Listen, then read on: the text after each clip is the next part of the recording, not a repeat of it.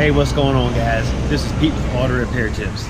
If you enjoyed the video, hit the like button, subscribe to the channel, and don't forget to hit the bell for notifications. Hey, before I get started in the video, I want to tell you guys about an email I got from FeedSpot. My channel was nominated as one of the top 20 repair channels on YouTube so far in the year 2019. In the description box below, I'll put a link to all the channels that were nominated so far this year.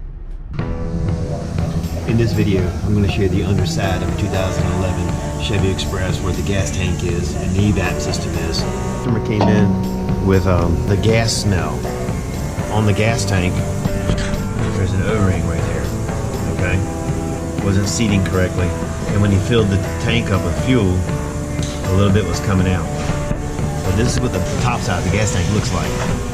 Plastic lines, and any one of these lines can crack.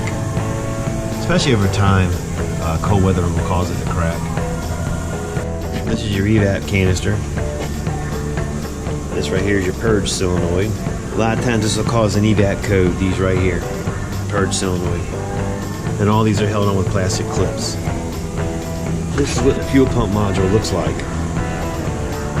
If you're ever going to replace a fuel pump module, your best bet is to buy the whole module. Don't buy just a fuel pump. That right there is the actual pump. And spend the extra money buy a new one from a dealer. A lot of the aftermarket ones, they crap out. Plain and simple. Just not made as good. And I don't care what anybody says, that's 40 years worth of experience. This is where the gas tank sets up in there, like that. All these are fuel lines. Air conditioning lines are right there. Alright.